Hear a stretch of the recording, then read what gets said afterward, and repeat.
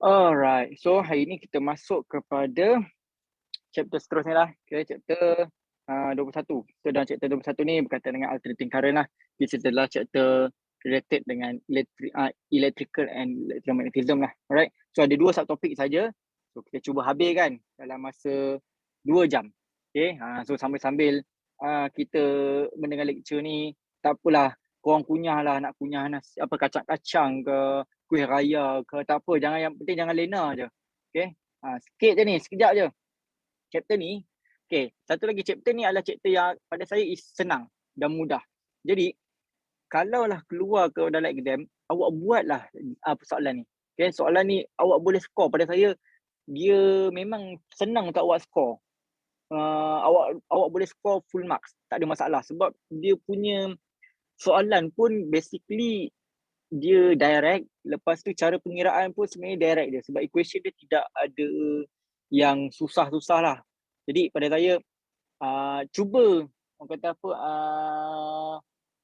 orang kata apa, orang kata fahamkan lah chapter ni supaya bila exam nanti, final nanti, okay, awak boleh buat dengan baik dan boleh score dan dalam physics. Alright, so dalam chapter 21 ni ada berkaitan dengan AC generator dengan AC circuit. Okay, so basically bila kita sebut sebagai AC lah, awak pernah dengarkan AC dengan DC, right? So dalam sebelum ni kita belajar berkaitan dengan direct current, DC. Okay, berkaitan dengan DC, which is a electricity flow in a constant direction and oppose a voltage with constant polarity. Jadi kalau kita sebut sebagai direct current DC, current hanya bergerak dalam satu arah saja.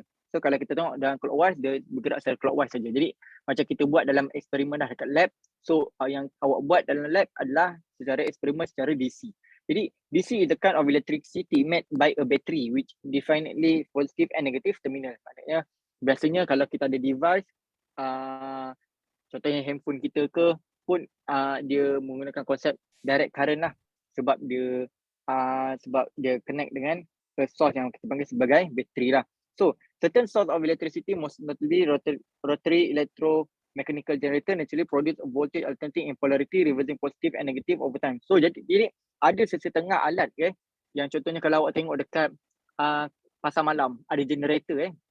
Generator ni kita isi minyak, kita daripada isi minyak dan kita tukar daripada tenaga fuel cell kepada fuel energy kepada electrical energy kan. Jadi daripada macam mana generator tu tukar daripada tenaga minyak kepada tenaga elektrik. So jadi kat situ dia menggunakan konsep alternating current lah, maknanya voltage alternate in polarity. So either as a voltage switch polarity or as a current switching direction back and forth, this kind of electricity is known as alternate current. Jadi konsep ini dipanggil sebagai konsep alternating current. Maknanya current dia boleh, bila kita sebut sebagai AC current, dia boleh bergerak secara clockwise dan dia boleh bergerak secara anti-clockwise. Right? Jadi kalau dalam rumah kita, kalau awak tengok dekat plug-plug rumah, okay, plug-plug rumah kita pakai tu ialah alternating current, AC, which is dia punya voltage adalah 240 volt. Kalau awak tak percaya, awak letaklah multimeter dekat switch awak tu. Jadi awak akan nampak 240 volt. Okay, so kita menggunakan dekat rumah kita tu adalah konsep alternating current. So this is the example of the device yang menggunakan konsep alternating current. Okay, kalau kita tengok kat sini, ini adalah generator yang kita gunakan pasal malam. Satu lagi yang kita tengok dekat dynamo pun, kalau awak pakai naik basikal kan, ada dynamo kan, so dia gunakan konsep dynamo dia dah tukar dah daripada konsep AC kepada DC. Alright, so ini adalah konsep yang di mana kita gunakan konsep AC. So basically AC power dekat rumah kita ni yang saya sebut tadi, rumah kita pakai AC power, yang mana current yang supply daripada power plant itu dah akan masuk kepada transformer dan dia akan naik kepada kata apa, kabel-kabel lah, menara-menara elektrik ni kalau awak tengok dekat tepi jalan kan. So dah sampailah kepada rumah awak. Sebelum sampai kepada rumah awak, dia akan turun kepada step down transformer, yang mana dia akan connect kepada wire-wire, yang mana kabel-kabel tiang-tiang elektrik, yang mana tiang elektrik ni, kabel ni akan santumkan kepada rumah awak. So jadi yang sampai ke rumah awak adalah AC elektrik, yang mana AC elektrik ini dihasilkan oleh power plant. Okay, so ini dia punya learning outcome untuk 21.1 lah berkaitan dengan AC generator. So basically a device that convert mechanical energy to electrical energy kita panggil sebagai AC generator. Bila kita sebut sebagai generator adalah alat yang tukar daripada mechanical kepada electrical. Maknanya dia consists of wire loop rotate by some external means. Maknanya kalau awak tengok kat sini, kita ada kalau kita belajar yang lepas, sebelum ini kita belajar berkaitan dengan torque, betul berkaitan dengan motor. Yang mana kalau kita ada this is north, this is a south, okay? Kita ada okay, kita ada coil, right? Bila kita ada coil, kita alihkan current, elektrik, okay, current. Kat sini ada dia punya kat sini ada magnetic field kan, B. Apa yang berlaku? Yang berlaku adalah coil ni akan berputar. Betul tak? Jadi ini konsep motor ataupun kita boleh panggil sebagai DC motor lah. Yang mana kita bagi current, kita letakkan dia dekat dengan magnet, okay, dalam di antara magnet, dua magnet, iaitu north and south. Jadi coil ni akan berputar. So dia menjadi satu DC motor. Now kita terbalik. Apa yang berlaku adalah kita putarkan coil ni, right? Kita putarkan coil ni, apa yang berlaku, dia akan hasilkan elektrik. Maknanya dia terbalik. Okay? The current is induced. Right? Jadi bila kita putarkan, kalau kita tengok kat sini konsep dia, ini adalah magnet, okay? Kita putarkan coil ni. Contohnya kalau awak tengok dalam dynamo sendirilah kan, dalam dynamo pun ada coil yang mana bila kita gerakkan basikal, coil tu akan berputar kan. Jadi bila kita berputar, apa yang berlaku? Current akan induce. Alright? Sebab konsep dia tetap menggunakan konsep hukum tangan kanan. Alright? Right hand rule. Sebab dalam right hand rule ada force, ada ada current, ada magnetic field. Jadi kalaulah kita bagi current dengan magnetic field, akan hasilkan force. Jadi kalau kita bagi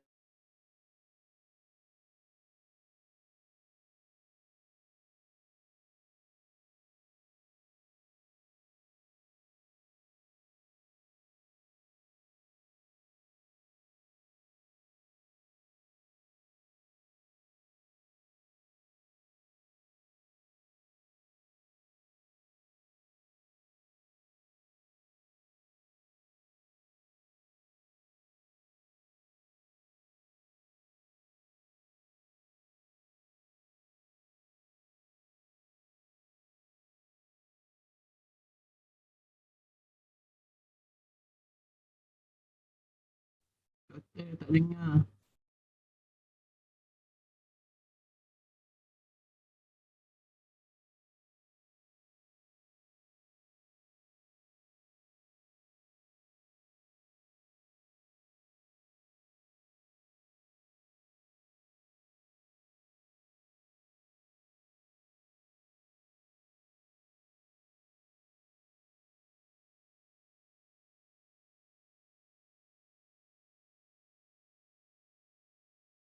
Tak dengar, Doktor.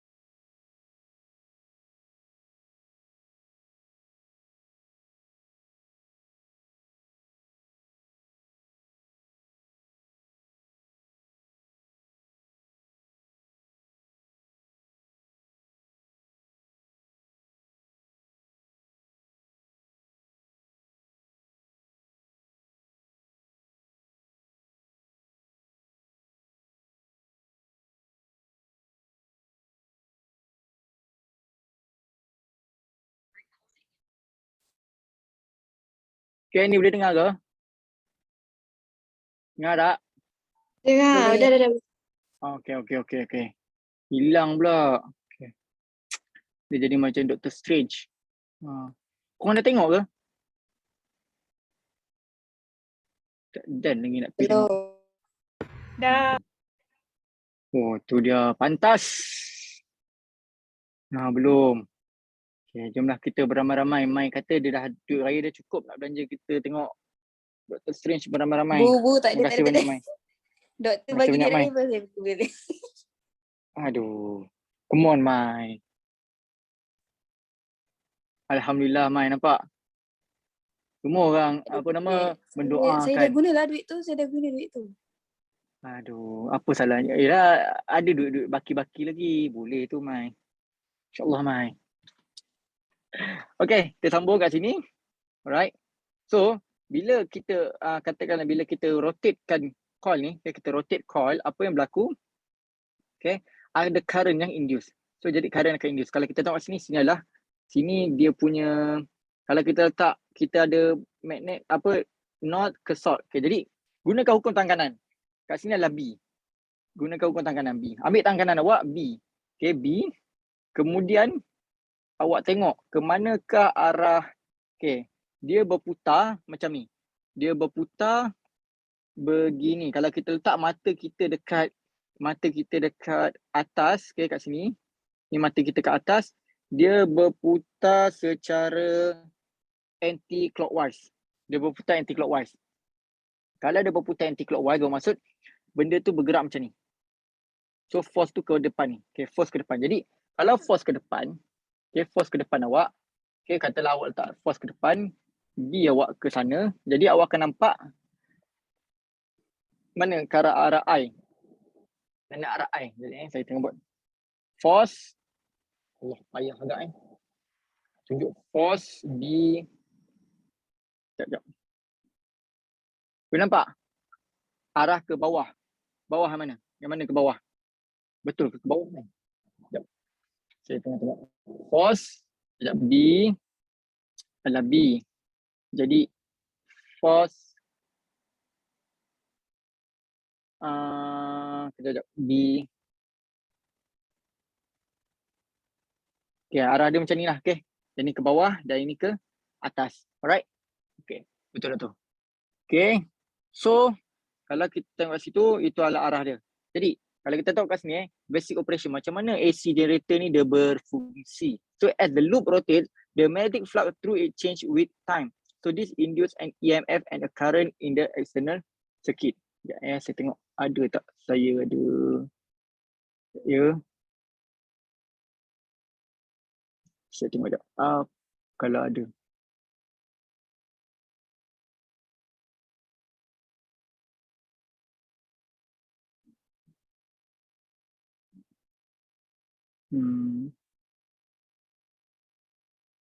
Okay. So kalau kita tengok as the loop rotates, the magnetic flux through it change with time. So this induce an EMF and a current in the external circuit. Jadi the end of the loop are connected to slip ring that rotate with the loop. So maksudnya kat sini, kalau kita tengok sini, sini ada end dengan not dengan south. So ni adalah arah magnetic field. Jadi kat sini ada kita punya coil. Coil kita bentuk square lah kat sini. Okay, square macam ni. So dia berputar. Okay, dia berputar. Jadi kalau kita ada magnetic field, kita putarkan dia secara macam ni. Alright, bermaksud kalau kita letak mata kita dekat sini, kita akan nampak dia berputar secara clockwise. Jadi kalau dia berputar secara clockwise, maknanya force dia kat atas ni. Okay, this is a force. Jadi force dekat situ. Jadi bila, macam ni lah, ini adalah dia punya force. Alright, pergerakan dia force kat situ. Jadi connection to the external. Jadi kat sini, kalau kita tengok, satu bahagian akan connect kepada satu brush. Kita panggil sebagai slip ring. Satu ring dan ini kita connectkan kepada satu ring. Jadi kat sini akan menjadi satu konsep positif dengan negatif lah sebenarnya. Alright, bergantung kepada arah mana current kita bergerak. Dan kat sini pula dia ada brush. Brush ni akan contact dengan slip ring. Maknanya kat sini ada roda lah. Supaya ada aliran elektrik yang terhasil, current yang terhasil akan connect kepada brush ni, boleh masuk kepada device. Okay. So, ini dia punya konsep je lah. Right. So, when the magnetic force on the charge in the wire AB and CD is perpendicular to the length of the wire and EMF is generated in the wire BCN AD. Jadi bermaksud bila dia berputar kat sini, okay, ada force dekat sini. Jadi ini ada B, okay, akan ada current yang terhasil. Kalau kita tengok kat sini, kalau force dekat situ, B dekat sini, kalau kita tengok sekejap, saya tengok, kan ada current yang terhasil di bahagian sini. Mana current akan bergerak kat sini. Ini adalah current. Right. So kalau kita tengok sekejap, saya share. Ada tak video, saya nak tengok ada video tak yang saya boleh share. Ya. Rasanya stop share. Okay. Okay, nampak tak video dia? Kau nampak video?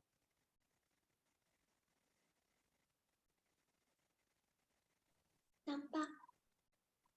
Okay. So kalau kita tengok sini, okay, ini adalah AC generator lah. Right, ini AC generator kita. Kemudian in this module, jadi kalau kita tengok kat sini, okay, dia kat sini, okay. Ini contoh inilah kaedah macam mana kita punya, macam mana coil tadi tu berputar. Alright, kat sini ada kita panggil sebagai north magnet and this is the south. Jadi kalau kita tengok, kita punya magnetic field daripada kiri ke kanan. So kat sini kita gerakkan, apa yang berlaku, coil kita bergerak. And secara kalau kita tengok sini daripada bawah ni, okay, mata kita dekat bahagian sini, kita akan nampak dia berputar secara clockwise. Jadi kita tengok, perhatikan kepada galvanometer, apa yang berlaku. Nampak? Dia bertukar daripada positif, negatif, positif, negatif. Nampak? Dia ada, orang kata apa, dia tukar-tukar kat sini. So ini konsep dia lah. Kalau kita tengok konsep dia, yang mana kalau dalam konsep solenoid, alright, kita gerakkan magnet masuk, apa yang berlaku, dia pergi kepada positif dan negatif kan. So when there is a relative motion between a coil and a magnet field, electric current or EMF is induced in the coil. Jadi ini untuk part of an AC generator. Apa yang berlaku, okay, apabila adanya, okay, ni kita tengok kita ada A, B, C dengan D, right? Kat sini ini adalah coil dia lah, coil yang segi empat ni. So kalau kita tengok kat sini, ini yang shaft yang kita putarkan dia. Okay, kita putarkan coil ni, right? Bila kita putarkan coil, apa yang berlaku? Okay, magnetic field ni akan dipotong. Maksud dia ada kaitan dengan magnetic flux lah, right? Jadi kalau kita tengok kat sini, ini ada slip ring yang kita tunjuk tadi. Satu bahagian akan connect kepada slip ring yang pertama, satu bahagian akan connect pada slip ring yang kedua, yang mana dia akan connect kepada brush. Yang mana brush ini akan connect kepada galvanometer, right? Sini pada load. Okay. Macam mana konsep dia working of an AC generator? Macam mana dia berfungsi? Kat sini kita tengok. Yang biru ini adalah magnetic field. Okay, magnetic field. Jadi magnetic flux link with the armature. Okay. Kemudian induced EMF. Ya, okay. Bila dia link, apa yang berlaku adalah wujudnya EMF. Okay. EMF induced current terhasil. Macam mana induced current ni boleh terhasil? Lambat pula lah video ni. Sekejap. Okay. Kalau kita tengok sini ada alternating current. Sebab apa? Sebab dia bergerak pada arah yang berbeza. Okay. Kita tengok sini. Macam mana dia boleh bergerak pada arah yang berbeza. Okay, kata kat sini guys. Kita tengok sini. Ini adalah konsep di mana kita letakkan secara tegak. Okay, secara tegak. Yang mana ini adalah dia punya, normal dia adalah sini, betul? Kalau kita tengok sini adalah surface of the coil. The normal is parallel. Normal is parallel dengan magnetic field. Jadi bila normal parallel dengan magnetic field, what is dia punya force? Force is equal to 0 lah, betul? Alright. Alright, so bila perpendicular ataupun satu lagi phi equal to magnetic field sebab apa? Magnetic flux sama dengan BA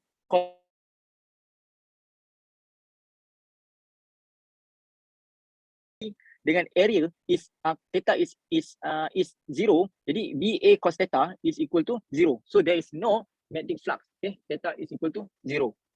Jadi bila theta is equal to 0, tidak ada current ataupun voltage yang terhasil. Jadi bila kita saingatkan dia, apa yang berlaku? Bila kita saingatkan dia, apa yang berlaku? Akan ada perbezaan, difference between dia punya magnetic flux dengan normal. Jadi theta akan ada value. So jadi BA cos theta akan ada value. So there is a voltage induced, ada EMF induced, betul. Sehinggalah dia membentuk macam ni. Okay, dia berputar macam ni. Okay, nampak? Kalau kita tengok, kita putarkan dia punya coil, apa yang berlaku? Kita ambil kepada hukum tekanan tadi. Alright. Apa yang berlaku kat sini adalah magnetic field. Sini adalah force. Okay. Sebab kita tengok kita ambil yang belah kanan ni. Yang belah sini. Okay. Sebab dia turun ke bawah. Jadi kita akan dapat current adalah arah ke sini. Ke bawah. Alright. Kalau kita tengok arah current ke bawah. Alright. Maknanya daripada B ke A, arah current adalah daripada B ke A. Untuk coil yang belah C dengan D ni, arah current adalah daripada D ke C. Okay, tu arah current. Jadi, bila dia, kalau kita tengok kat sini, Di bahagian sebelah kanan sini ni, sebelah kanan sini sebelah kiri sebelah kanan ni current sentiasa bergerak daripada atas ke bawah. Dan di sebelah bahagian kiri ni current sentiasa bergerak daripada bawah ke atas. Jadi kalau kita tengok sebab itulah kita tengok kat situ, nampak? Bila dia bergerak daripada sini current apa nama awak tengok ni. So direction of current daripada B1 to B2. Awak tengok ni, yang ni elektron dia bergerak. Okay. Macam mana dia boleh bergerak? So current daripada sini ke bawah. Alright. Lambat pula ni video tu. Okay. So kalau kita tengok kat sini, bahagian sebelah kanan current daripada atas ke bawah. Current di bahagian kiri current daripada bawah ke atas. So sebab itulah kita tengok dia punya pergerakan dia voltage ni bergerak secara alternate. Alright. Dia ke kiri ke kanan, ke kiri ke kanan. Alright. Boleh faham kat situ? Okay. Okay, saya rasa itu cukup kot. Okay.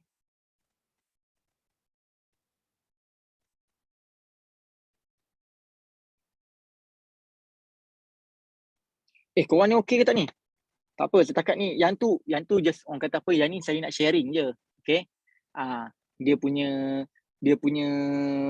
kita nak cerita yang dia punya mekanisme. Alright, mekanisme yang berlaku dalam AC generator tu supaya awak boleh faham lah.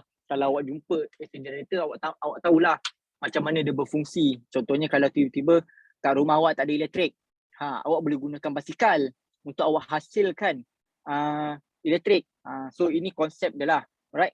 Tapi yang paling penting di peringkat awak ini adalah fundamental, which is the how to calculate and everything. Okay, yang ini setakat ini yang saya cerita kat sini, basic operation ni adalah untuk awak punya kefahaman.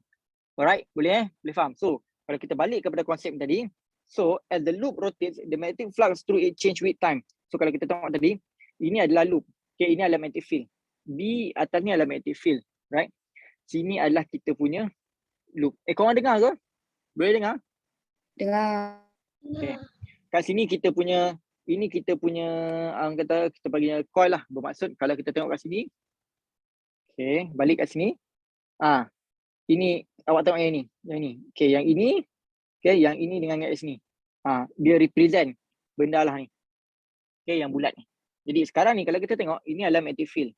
Okay, ini adalah area. Okay, area dia. Sekejap ya, saya nak kena tengok area dia. Jadi kalau kita kat sini, betul lah saya kata. Jadi kat sini adalah dia punya, kalau kita tengok sini adalah, ini adalah dia punya normal. Normal of dia punya coil tadi. Betul tak? Boleh nampak? So yang inilah kalau kita tengok kat sini, ini adalah normal dia. Normal dia yang ini. Ini kalau kita lukis kat sini, sini adalah, ini normal dia. Ini adalah normal. Normal of the plane. So yang ini adalah normal of the plane. Right? Jadi ini adalah dia punya plane tadi. Okay, ini adalah dia punya plane. So apabila magnetic field, okay, memotong kepada plane ni, dia akan jadi besar lah. Alright, kalau kita tengok kat sini, dia berputar. Bermaksud kalau kita tengok kat sini, lukisan ni, ini secara grafikal lah. Lama-lama dia akan jadi kecil, kemudian dia akan jadi besar balik. Okay, boleh faham tak? Boleh nampak kat sini. Jadi kalau kita balik kepada konsep EMF equation, EMF is equal to N, the change in delta phi per the change in delta T. Yang mana phi is equal to BA cos theta. Betul tak? Jadi dekat sini, dia bergantikan N ini adalah bilangan number of loop. D adalah magnetic field. Okay. So the change in, yang berubah adalah area. Sebab apa? Kalau kita tengok sini, bila kita ubah, kita pusingkan coil ni, right? Apa yang berlaku? Area ni yang the surface area yang expose ataupun yang memotong magnetic field akan berubah. So that's why lah dipanggil sebagai dA per dt. Jadi the EMF produced in the coil is given by the Faraday law. Yang mana Faraday law dia state that the change N, the change in delta phi divided by delta T is equal to the EMF. Yang mana dalam kes ini magnetic field adalah fixed, tidak berubah. Bila magnetic field tidak berubah, yang berubah adalah area, which is area the change in dA cos theta. Jadi dekat sini, for rotating coil, angular frequency is equal to omega divided by omega is equal to delta divided by T. Balik kepada konsep awak belajar dekat apa nama kita panggil semester 1. Okay. Yang mana semester 1 theta is equal to omega T. Betul tak? So omega is equal to theta divided by T. Jadi disebabkan theta is equal to omega T, jadi kita masukkan dalam equation ini, kita dapatlah the EMF is equal to NB dA cos omega T per dt. Jadi kalau kita bawa keluar, kita akan dapat, okay, kat sini NB A d cos omega T per dt. Betul tak? Jadi kita differentiatekan cos, kita akan dapat sin, right? Dan kita differentiatekan dalam ini, kita akan dapat omega. So that's why lah dapatlah NBA omega sin omega T, right? Jadi EMF is equal to NBA omega sin omega T. Kalau awak tak ingat, awak boleh derive. Alright? Okay, kat sini. So, dekat sini pula, jadi ini ialah equation dia. Induced EMF is equal to NBA omega sin omega T. Yang mana EMF is maximum apabila when the plane of the coil is perpendicular to the field. Bermaksud bila bila dia punya coil ni adalah perpendicular to the field. Bermaksud kalau the plane of the coil is perpendicular to the field, bermaksud macam ni lah. Bermaksud apabila theta sin omega T adalah sama dengan 1. Right? Bila sin omega T sama dengan 1, which is dia akan dapatkan epsilon naught is equal to NB A omega. Korang ni follow tak follow ni? Okay ke ni? Ke rasa macam complicated sikit saya explain hari ni? Okay, alright. So, kita continue. Jadi, kat sini adalah kita dapatkan the maximum voltage yang terhasil dalam satu alternating current adalah sama dengan bilangan number of coil dan berapa dia punya magnetic field yang apply, what is the area of the coil and what is dia punya omega. Jadi, daripada situ, kita dapatlah berapa dia punya, we call it as a voltage, okay, potential. Now, the EMF is 0 apabila when the plane of the coil is parallel to the field, which is apabila sin omega T is equal to 0. Alright. Jadi dekat situ apabila maksudnya kalau kita tengok kat sini, kalau kita fahamkan ayat dia, kat sini adalah N, sini adalah S. Alright. Dia kata EMF is maximum apabila plane of the coil is perpendicular to the field. Jadi kat sini adalah B, okay, sini B. Jadi coil tu mesti perpendicular. Bermaksud coil tu perpendicular. Kat sini lah. Okay, coil tu perpendicular. Bila coil tu perpendicular, bermaksud normal dia adalah kat sini. Ini adalah normal of the coil. Jadi that's why lah. Bila normal of the coil, kita balik kepada Faraday law, which is sama dengan epsilon is equal to N, the change in phi per the change in T. Okay. Kita akan dapat maximum epsilon. Maximum voltage. Alright. Dan kalaulah dia keadaan kat sini, N, sini adalah S, this adalah kita punya B. So kita punya coil adalah macam ni. Ni coil kita. Which is dia punya normal, ini adalah normal dia. Okay, normal dia, NO normal. Normal dia adalah, which is dia kata zero, the plane of the coil is parallel to the field. Maknanya parallel to the field, bermaksud kat sini, epsilon is equal to N, the change in phi per the change in T is equal to 0. Sebab apa? Sebab the phi is equal to BA cos theta. Sekarang ni bila theta ni adalah sama dengan 90 darjah. Okay. Bila theta sama dengan 90 darjah, phi adalah sama dengan 0. Okay. Itu maksud dia kat sini. So, kalau kita balik kepada konsep, kita gantikan theta is equal to omega T. Right. Apabila sin omega T is equal to 1, dia adalah maximum. When sin omega T is equal to 0, dia adalah maknanya dia adalah sama dengan kosong lah. Alright. Okay. Jadi kalau kat situ kita boleh tengok, kita boleh balik kepada konsep. Okay. Jadi kalau kita tengok kepada konsep alternatif konsep generator tadi. Alright. Kalau kita tengok tadi kalau kita ada multimeter tadi, sini ada multimeter, ada voltmeter. Okay. So kita tengok jarum tu. Jarum tu dekat sini. Jarum tu kat sini pula. Jarum tu dekat kosong mula-mula kan. Dia mula dekat kosong. Okay. Jarum tu mula-mula dekat kosong. Kemudian dia akan turn ke kanan. kemudian dia akan balik ke kiri, kemudian dia akan pergi balik ke kanan, betul tak? So konsep itu akan membentuk satu sinusoidal pattern ataupun sinusoidal graph, which is macam ni lah. Dia akan start dengan 0, dia akan naik kepada maksimum, which is kalau kita tengok kat tadi, galvanometer tadi tu, dia pergi kat sini. Sini adalah kita bagi sebagai katalah sini adalah 12 volt. Okay, kat sini adalah negatif 12 volt. So ini adalah 12 volt ni adalah maksimum voltage. Kat sini adalah 12 volt. Okay, unit adalah volt. Right? So dia akan pergi maksimum. Kemudian dia akan turun ke bawah. So yang mana bawah ni pun adalah sama dengan negatif 12 volt. Okay, dan kemudian naik atas balik. Okay, dia akan turun balik. So ni akan membentuk satu sinusoidal plot berdasarkan daripada observation kita dalam daripada galvanometer tadi. Okay, boleh faham tak setakat ni kat sini? Kat sini boleh faham tak? Clear tak? Okay. Alright.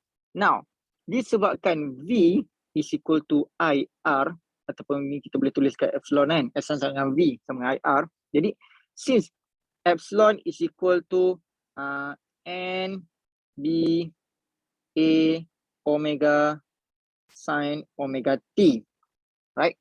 Dan epsilon naught apabila at maximum, epsilon naught ataupun at sin omega T is equal to 1, epsilon equal to epsilon naught, which is equal to NB A omega. Betul tak? Jadi, this is equation 1, this is equation 2. Jadi, kita boleh tulis, we rewrite equation 1 as epsilon is equal to epsilon naught sin omega T. Betul tak? Sebab apa? Sebab ini merujuk kepada epsilon naught, yang mana dia merujuk kepada maximum voltage. Okay, ataupun maximum potential. Jadi, since omega T, okay, omega is equal to 2 pi F. Betul tak? Jadi, kita boleh substitute, dia akan jadikan epsilon naught sin 2 pi F T. Right? And since V is equal to IR, okay, jadi kita boleh tulis dekat sini epsilon sama dengan, okay, kat sini epsilon adalah ni epsilon. So epsilon sama dengan I R. Okay, bahagikan dengan I naught R naught. Sebab apa? Sebab epsilon naught sama juga dengan I naught R naught. Betul tak? V sama dengan Ohm's law. Sin 2 pi F T. Dan R naught sama dengan R naught. Sebab apa? Sebab kalaulah dalam satu sistem, satu liter, R ini adalah sama. Jadi kita boleh cancel out R. Dia akan bentuk I is equal to I naught sin 2 pi F T. Ataupun I naught sin omega T. Sebab itulah wujudnya equation yang ini. Sebab itulah kalau kita tengok balik konsep dia tetap sama. Which is the trend ataupun dia punya konsep, dia punya plot of current sama, follow konsep, follow dia punya pattern of voltage, which is sinusoidal juga, sinus plot, alright, melawan masa. Jadi kalau kita tengok konsep, kalau kita kena plot a graph, okay, graph sinusoidal, voltage melawan time macam ini, sin, dan voltage current melawan time tetap sama juga sama. Sebab apa? Dia tetap akan start dengan kosong. Sebab apa? Sebab apabila V is equal to IR, apabila V sama dengan kosong, I akan juga sama dengan kosong. Betul tak? Sebab itulah, kalau kita tengok kat sini, dia sama. Kalau V dekat sini adalah maksimum, epsilon naught maksimum, okay? Kalau V adalah maksimum, epsilon adalah maksimum, I juga adalah maksimum. Sebab itu kalau kita tengok kat sini, dia adalah maksimum I. Balik kepada konsep Ohm's law. Clear? Boleh ya? Clear tak? Okay. Ini konsep daripada konsep AC, alternating generator. Now, apa yang berlaku dalam konsep dalam DC? Alright, daripada AC, macam mana kita nak tukar kepada DC? Contoh dia, kita dekat rumah kita, kita dapat daripada plug rumah kita adalah AC voltage, okay, AC current. Kat plug-plug 240 tu semuanya AC.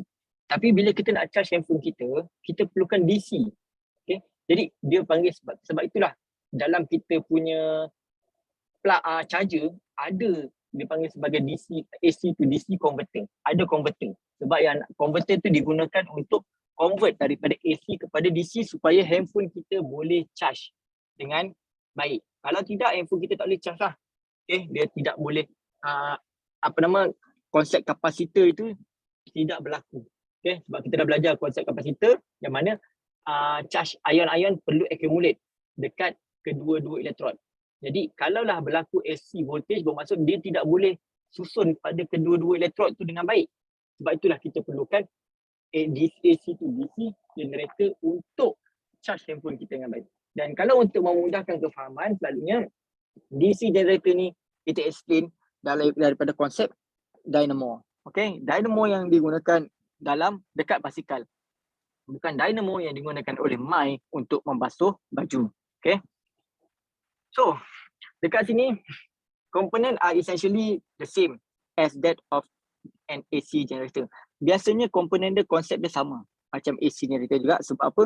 Sebab dalam dynamo, okay, kita tengok kat sini, yang ini, bahagian ni, dia lekat dia bersentuh dengan basikal kita, dengan tayar basikal, yang mana dia akan berputar. So dia akan berputar, coil ni akan sentiasa berputar. Tetapi macam mana kita nak hasilkan DC generator?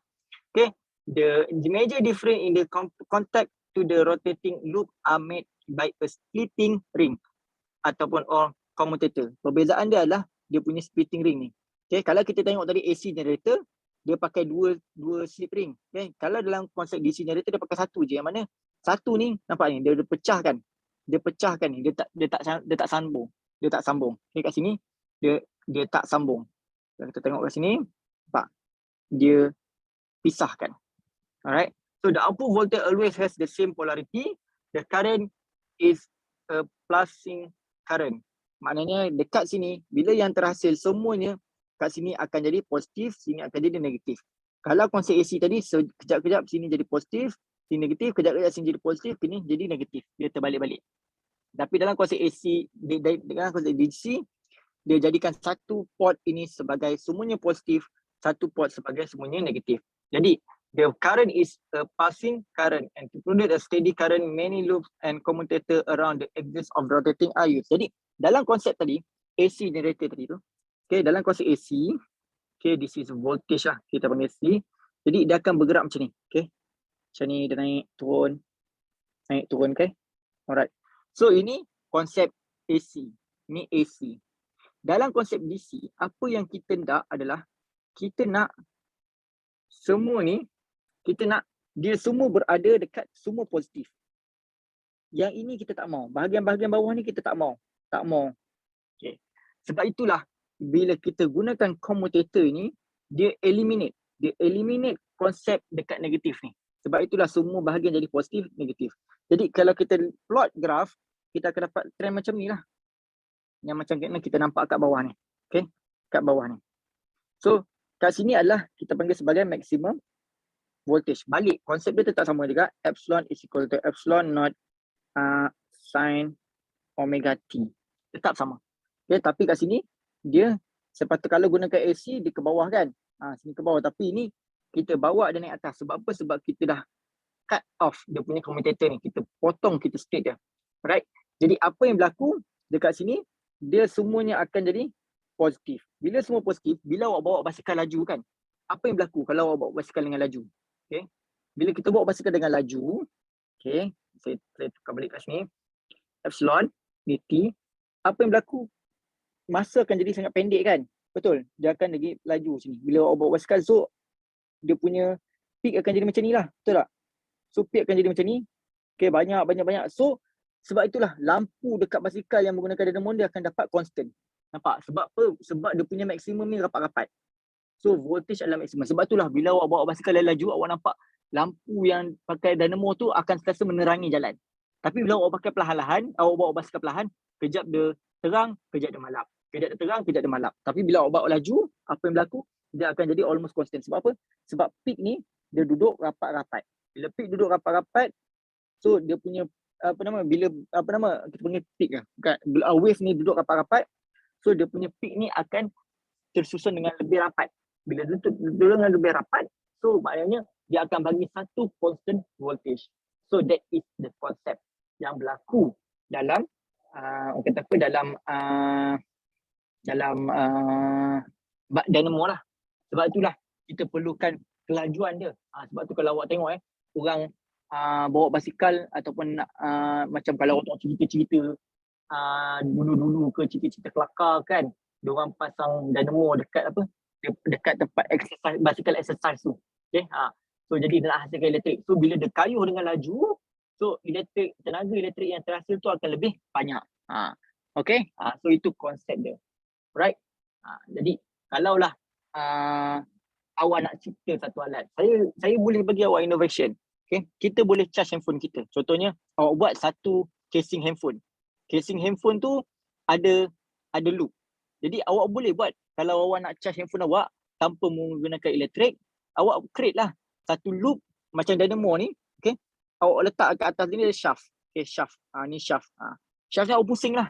Jadi bila awak duduk dalam hutan, awak tak perlulah ada plug elektrik. Awak pusing je dynamo ni dengan tangan awak.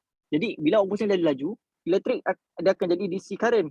DC current ni akan connect kepada handphone awak. Handphone awak akan charge lah. Jadi tak perlulah plug dekat dalam hutan. So kalau awak masuk camping ke, awak tersesat ke kan, tercampak di lautan, menunggu bantuan tersadai di pulau-pulau kan yang tidak ada elektrik, awak hanya ada handphone. Jadi awak nak create benda nak charge handphone awak, itulah kaedah dia. Boleh juga awak nak buat. Kalau macam ada orang kata software tiba-tiba dia kata software yang boleh charge handphone menggunakan solar cell tu kan. Dia kata software solar cell, buka install software tu boleh charge handphone. Bohong tu semua. Okay? Mana boleh. Dia software tu absorb cahaya foton. Terus masuk kepada handphone awak, mesti dia ada satu device yang boleh convert elektrik tu. So sebab tu kadang-kadang sebab itu orang kata kita kena ada knowledge lah untuk kita membezakan sama ada sesuatu itu betul ke tak betul. Alright. Boleh faham tak setakat ni? Okey ke? Okey. Okay. Alright. Okay, so kita tengok example. So banyak kita cerita tadi. Benda paling penting adalah epsilon is equal to NBA omega sin omega T. Alright. Ataupun epsilon naught sin omega T. Ataupun epsilon naught sin theta. Ataupun epsilon naught sin 2 pi ft. Nampak? Ini je.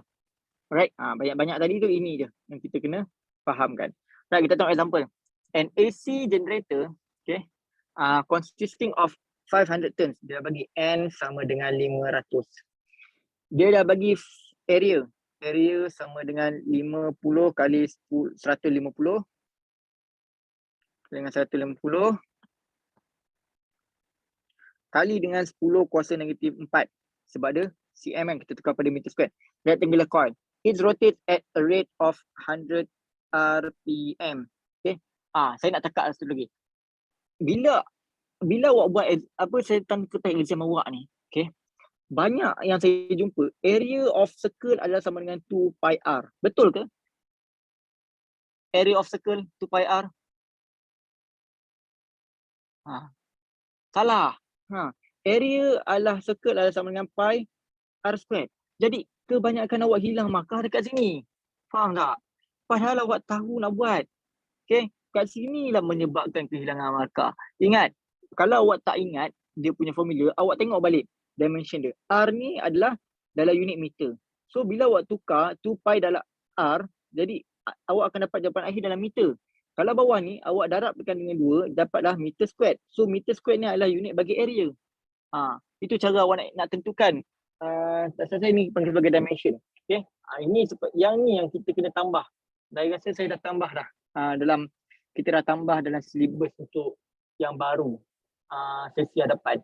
Patutnya awak kena belajar benda ni, macam nak tentukan unit bagi satu-satu dimensi. Alright.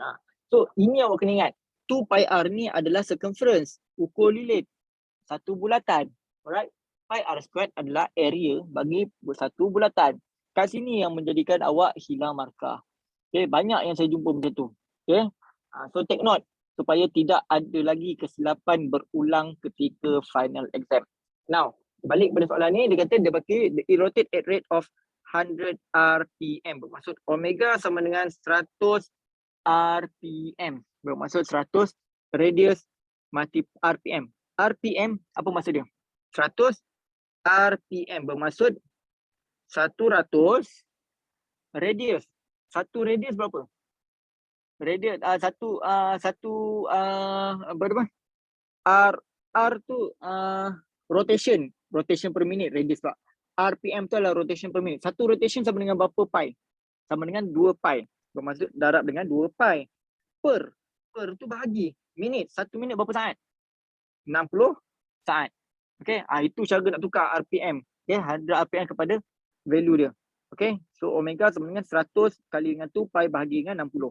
Dan kat sini alam magnetic field dia bagi B sama dengan 1.5 Tesla.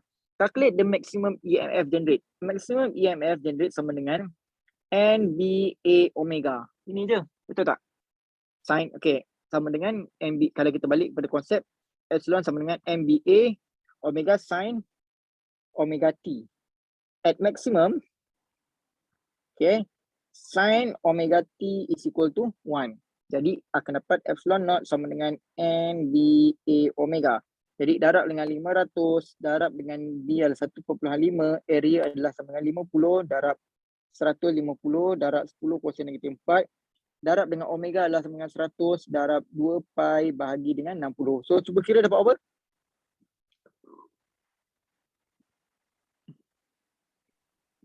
One 18755. Again? 18755. 187? Macam tak betul je. 5 pi. Sekejap. Saya tengok macam tak betul je. 500, 1.5 darab.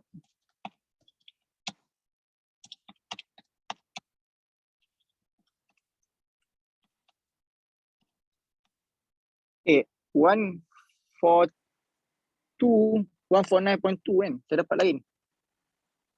Korang cuba kira dapat apa? Sekali lagi cuba kira.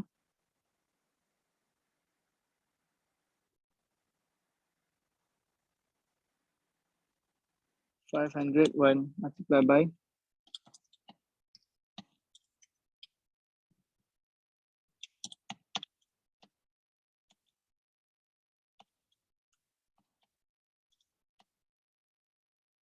saya dapat 5.89 times 10 power minus 10 power 3 volt. Betul tak? Cuba dapat. Semua dapat apa? Cuba kira.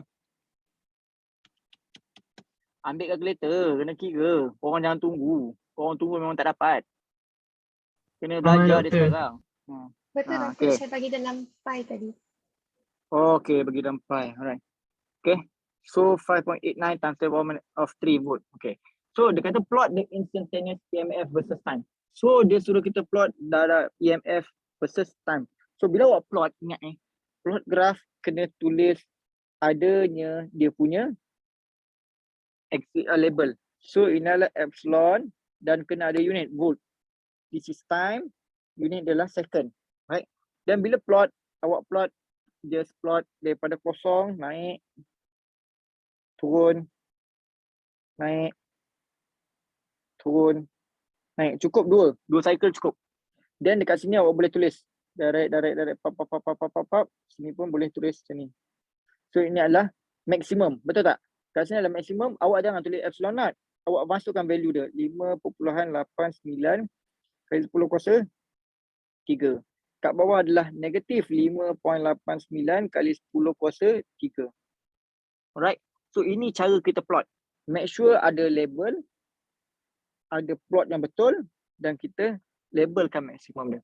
So ingat kalau exam dia suruh buat macam ni lah cara dia. Okay, clear? Alright. Kat sini pun kena tambah ni. Saya lupa nak tambah negatif 5.89 kali 10 kuasa 3. Alright. Now, let's see example number 2. An electric generator has 150 turns and sama dengan 150, each with cross section area A sama dengan 0.02 meter squared. The generator produce peak volt, maknanya epsilon naught sama dengan 24 volt. Peak volt maknanya maximum voltage lah. with frequency. Dia bagi frekuensi sama dengan 12 Hz. Calculate the magnetic field of the generator. Dia suruh cek B. Macam mana kita cek B? Dia dah bagi, okay. Kita balik kepada konsep epsilon is equal to NBA omega sin omega T. Betul tak? Dekat sekarang ni, dia dah bagi peak voltage. Bila peak voltage bermaksud sin omega T adalah sama dengan 1. Jadi bermaksud kita pakai epsilon naught ataupun maksimum is equal to NBA omega. Which is NB sama dengan 24 volt sama dengan N adalah 150. Darabkan dengan B adalah, oh B kita tak tahu. Kita nak cari B kan. Okay, kita nak cari B. B yang kita nak cari. Area adalah 0.02. Omega sama apa? Omega sama dengan 2 pi F. 2 pi darab dengan F adalah 12 Hz. Jadi kita boleh kira B adalah sama dengan 24 bahagikan dengan 150 darab 0.02 darab dengan 2 pi darab dengan 12. So dapat apa? Cuba kira.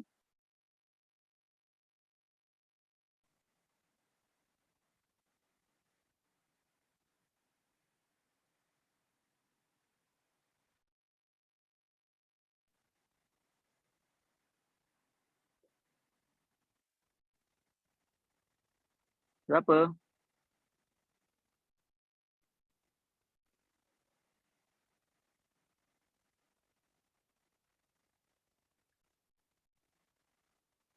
Kosong perpuluhan 106. Okay, unit adalah Tesla. Alright. Okay. So ini cara dia. Okay. Boleh yang simple saja. Right. So ini dah. Okay, now kita habis pada chapter 21.1. Kita masuk kepada 21.2. So yang ni lah pada saya ini dia banyak equation lah. So pada saya is awak boleh hafal, awak boleh apply equation ni masuk dalam exam tak ada masalah. Okay. So kita berharap kita boleh kira RMS value untuk voltage dengan current. Kemudian boleh kira capacity reactance, inductive reactance dan kita boleh kira impedance untuk RC, RL dengan RCL series. Kemudian kita cari resonance of RCL series. Now, alternating current AC. So current from the battery flow steadily in one direction kita bagi sebagai DC current. Maknanya kalau kita tengok kita plot graph I versus T, kita akan dapat constant current. Kalau kita ada current generate from AC generator very sinusoidal, maknanya dia punya bentuk adalah macam ni lah, AC. Alright. Okay.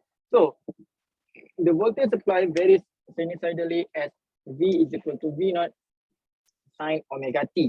Yang mana omega sama dengan 2 pi F. Okay.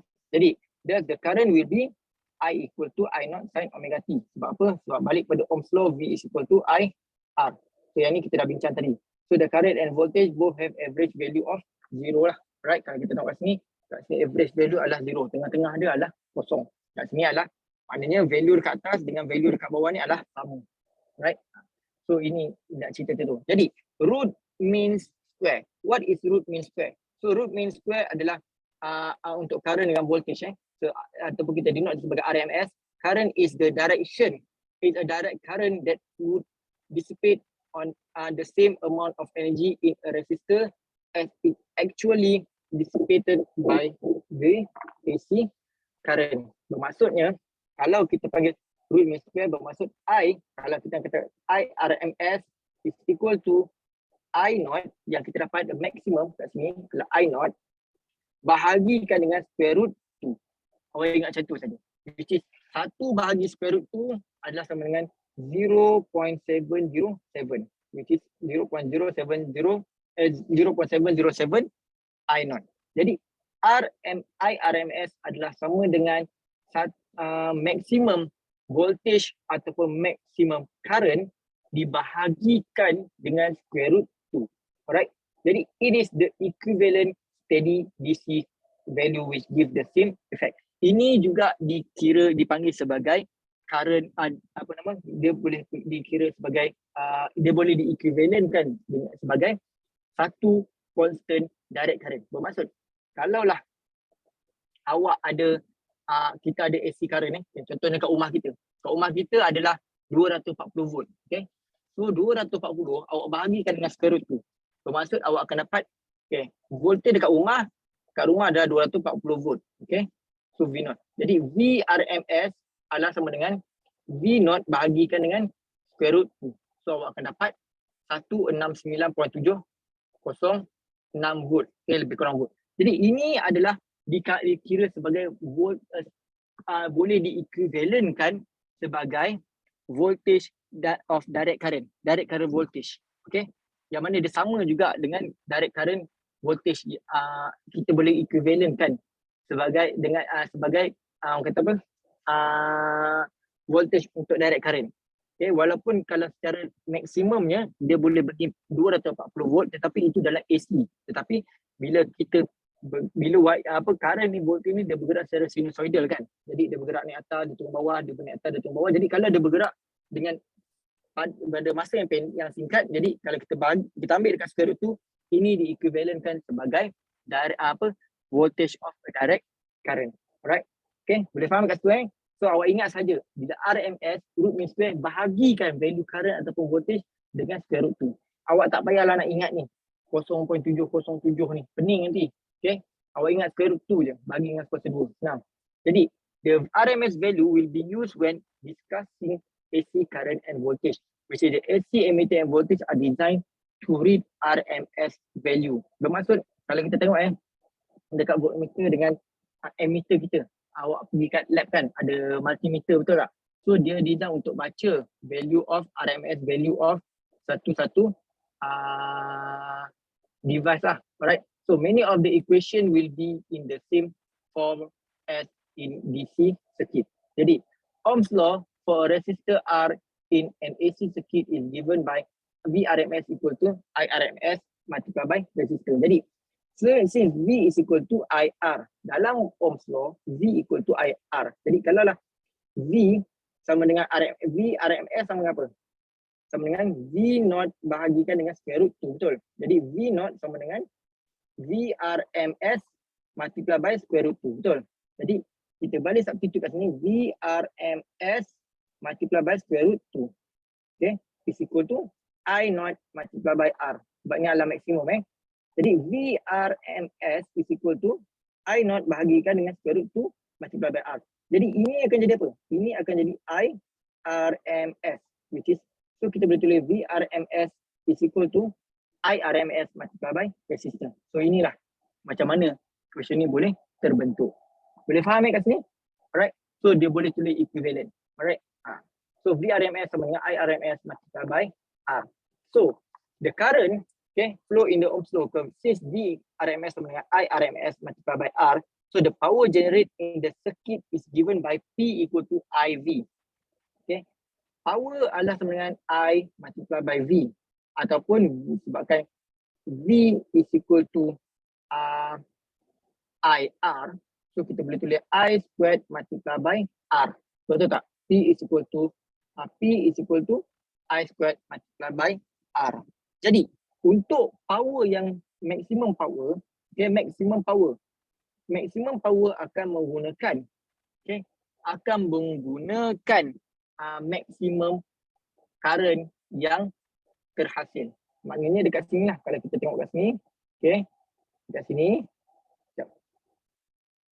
right, sinilah maximum current.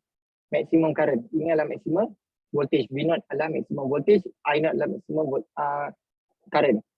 So when the maximum power generate in the circuit, kalau kita ada satu circuit, yang terhasil adalah sama dengan P naught atau P maximum. Bila kita tulis P naught adalah P maximum lah equal to I naught squared multiplied by R. Jadi kalau kita tulis balik equation ni, P naught is equal to I naught squared multiplied by R. Right? Kalaulah kita bahagikan, kalau kita plot ini, kita ada graph of power melawan masa, T against time, right? Since kita tadi kita ada apa? Kita ada graph of I against time, macam ni.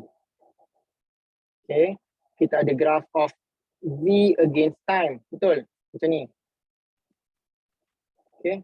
So this is V. So P is equal to I multiplied by V. Jadi kalau kita tulis P equal to I multiplied by V, kalau kita kita lihat daripada pandangan sini, kita tengok sini pada kotak ni, awak tengok pada kotak yang saya lukis ni. Nampak tak peak dia mesti sama, betul sama.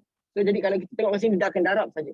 So trend of power pun akan follow the trend of I dengan V, yang mana dia akan jadi superposition, yang akan jadi hasil darab P dengan I, betul tak? V dengan I, alright? So akan dapat trend yang sama, which is sinusoidal.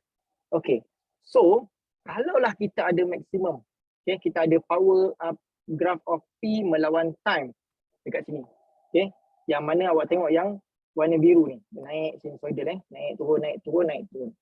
Now, kita bahagikan dengan 2. Kita bahagikan peak ni. So this is the P maximum. Okay. Saya ambil yang ni. Okay. Ini adalah P maximum. Maximum dekat sini. Okay. Maximum ni adalah P maximum. Okay. Ni P maximum. Saya bahagikan dengan 2. So bahagi dengan 2. Ni P, ni bahagi 2. So this is a half. Ni 1 per half P lah kan. Sini adalah half P naught. Sini adalah half P naught. Betul tak? Okay. Jadi di sini adalah kita panggil sebagai line ni adalah half P naught. Alright. Half P naught is equal to, okay, half P naught is equal to 1/2 P sama dengan I naught squared multiplied by R. Betul tak? Okay, dah akan dapat jadilah, ataupun kita boleh dapat half I naught V naught. Betul tak? Sebab V is equal to IR. Okay. Dan juga kita boleh tulis kat sini. P sama dengan IV. Jadi kalau P naught sama dengan I naught multiplied by V naught. Alright? Clear kat sini. Now, apa yang berlaku kat sini pula, I naught is equal to I naught pula. Okay, nanti kan awak pening. IRMS is equal to I naught bahagikan dengan square root 2. Dan I naught akan sama dengan IRMS multiplied by square root 2. VRMS is equal to V naught bagi square root 2. Dan V naught is equal to VRMS multiplied by square root 2. Ini kita panggil sebagai equation 1. Ini saya panggil sebagai equation kedua.